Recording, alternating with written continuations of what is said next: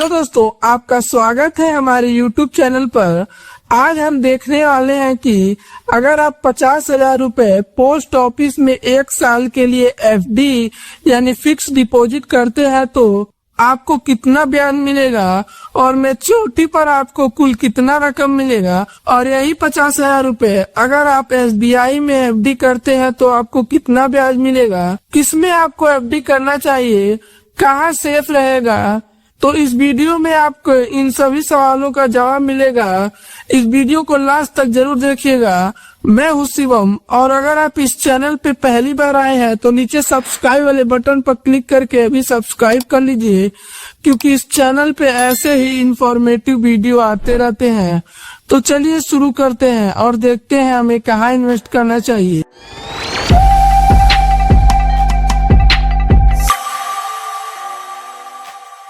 दोस्तों, आपके मन में एक सवाल जरूर आ रहा होगा कि जब हमें बैंक में FD का ऑप्शन मिलता है तो हम पोस्ट ऑफिस में FD क्यों करें। पोस्ट ऑफिस और SBI दोनों ही सरकारी संस्थान हैं, तो हम अपने मेहनत की कमाई कहाँ इन्वेस्ट करें। जब बात आती है इन्वेस्टमेंट की तो मन में बस यही ख्याल आता है कि भाई हमारा पैसा तो सेफ रहेगा ना।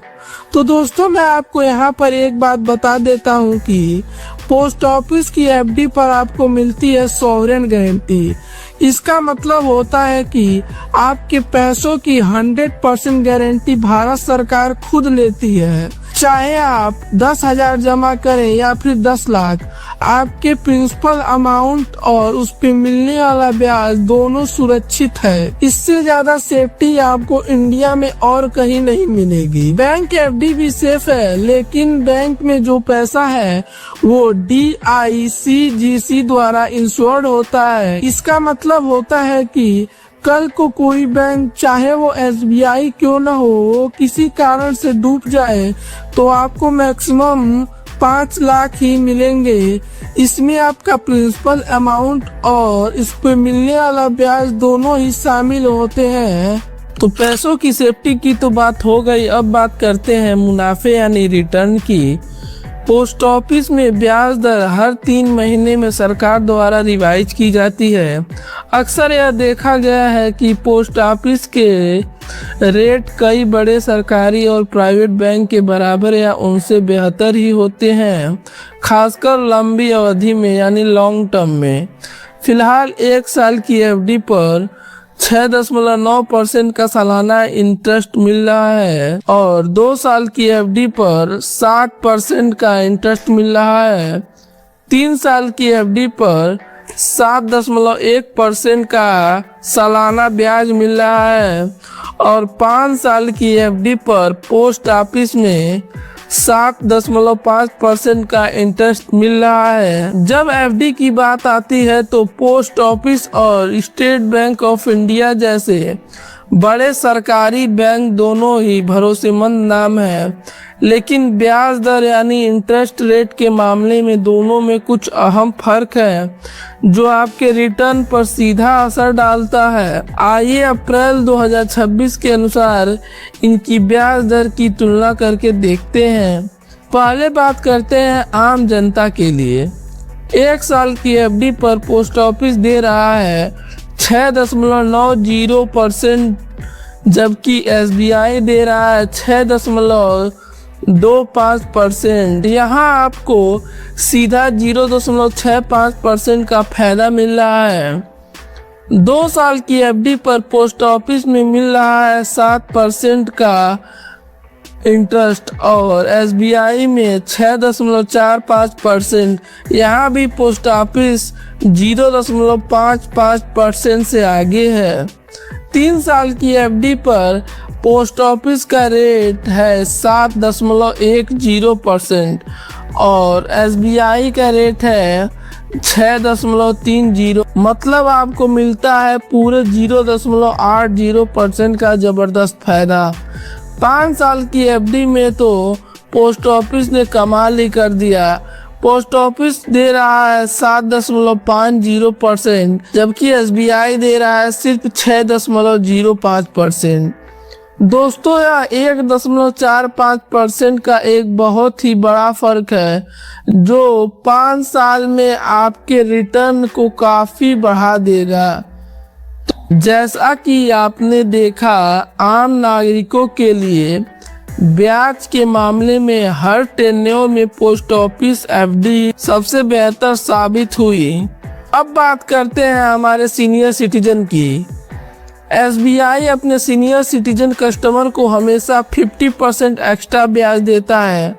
आइए देखते हैं एक्स्ट्रा ब्याज से क्या फर्क पड़ता है। 1 साल की एफडी पर पोस्ट ऑफिस का रेट है 6.90%, जबकि एसबीआई का सीनियर सिटीजन रेट 6.75%। यहाँ अभी भी पोस्ट ऑफिस थोड़ा सा आगे निकल जाता है। 2 साल की एफडी पर पोस्ट ऑफिस में मिल रहा है 7% का इंटरेस्ट और एसबीआई अपने सीनियर सिटीजन को दे रहा है 6.95% का इंटरेस्ट। यहाँ भी पोस्ट ऑफिस बहुत मामूली फर्क से आगे है। 3 साल की एफडी पर यहाँ पासा पलट जाता है। पोस्ट ऑफिस का रेट है 7.10%, लेकिन एसबीआई का सीनियर सिटीजन रेट है 7.25%। तो 3 साल के निवेश के लिए एसबीआई बेहतर विकल्प है। 5 साल की एफडी पर पोस्ट ऑफिस दे रहा है 7.50% और एसबीआई भी अपने सीनियर सिटीजन को 7.50% का ऑफर कर रहा है। यहाँ दोनों बिल्कुल बराबर हैं। तो निष्कर्ष यह निकलता है तो सीनियर सिटीजन के लिए 1 और 2 साल के लिए पोस्ट ऑफिस बेहतर है, 3 साल के लिए एसबीआई बेहतर है और 5 साल के लिए दोनों ही बेहतर हैं। सिर्फ सेफ्टी और ब्याज ही सब कुछ नहीं होता है, कुछ और भी चीजें हैं जो आपको पता होनी चाहिए। फ्लेक्सिबिलिटी, पोस्ट ऑफिस में आप सिर्फ 1, 2, 3 या 5 साल की एफडी कर सकते हैं, जबकि एसबीआई में आप 7 दिन से लेकर 10 साल तक किसी भी पीरियड के लिए एफडी करवा सकते हैं। तो फ्लेक्सिबिलिटी के मामले में एसबीआई विनर है। इंटरेस्ट पे आउट, अगर आपको हर महीने या हर 3 महीने में ब्याज का पे आउट चाहिए तो यह सुविधा आपको एसबीआई में मिलता है। पोस्ट ऑफिस में ब्याज साल के अंत में आपके प्रिंसिपल में जुड़ता है। यह रिटायर्ड लोगों के लिए एक जरूरी पॉइंट हो सकता है। एसबीआई में ऑनलाइन एफडी खोलना, उसे तोड़ना या उस पर लोन लेना बहुत ही आसान है। पोस्ट ऑफिस की सुविधा भी ऑनलाइन हो रही है, लेकिन अभी भी वह एसबीआई जैसी स्मूथ और यूजर फ्रेंडली नहीं है। इस मामले में भी एसबीआई आगे है। तो इतने सारे पॉइंट के बाद आखिरी फैसला क्या है? देखिए, इसका जवाब आपकी जरूरत में छिपा है। आपको पोस्ट ऑफिस एफडी तब चुनना चाहिए अगर आप सुरक्षा सबसे ऊपर है और आप 1% का भी रिस्क नहीं लेना चाहते हैं। आपको फ्लेक्सिबिलिटी से ज्यादा स्टेबिलिटी और हाई रिटर्न चाहिए तो आपको पोस्ट ऑफिस चुनना चाहिए और आपको एसबीआई चुनना चाहिए अगर आप एक सीनियर सिटीजन हैं और आप 3 साल के लिए निवेश करना चाहते हैं। आपको फ्लेक्सिबिलिटी चाहिए। दोस्तों, ओवरऑल निष्कर्ष यह है कि अगर आपको नो टेंशन, मैक्सिमम सेफ्टी और जबरदस्त रिटर्न चाहिए तो पोस्ट ऑफिस एफडी आपके लिए एक बेहतरीन विकल्प है। लेकिन अगर आपको सुविधा, फ्लेक्सिबिलिटी और सीनियर सिटीजन के लिए मिलने वाले खास फायदे चाहिए तो एसबीआई आपकी जरूरतों को बेहतर तरीके से पूरा कर सकती है। ये आपको अपने हिसाब से चूज करना है। अब सीधे मुद्दे पर आते हैं और आपको बताते हैं कि 50,000 पोस्ट ऑफिस में 1 साल के लिए एफडी करने पर 1 साल के बाद आपको कितना ब्याज मिलेगा। जैसा कि हमने आपको बताया, फिलहाल 1 साल की एफडी पर 6.9% का सालाना इंटरेस्ट मिल रहा है। लेकिन दोस्तों, यहाँ पर एक खास बात आपको समझनी है। पोस्ट ऑफिस का इंटरेस्ट हर 3 महीने में कंपाउंड होता है।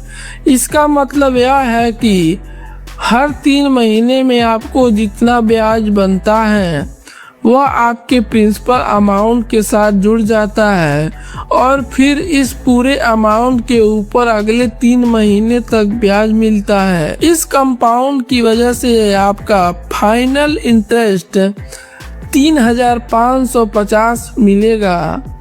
तो 1 साल में 50,000 इन्वेस्ट करने पर आपको 53,550 रुपये मिलेंगे।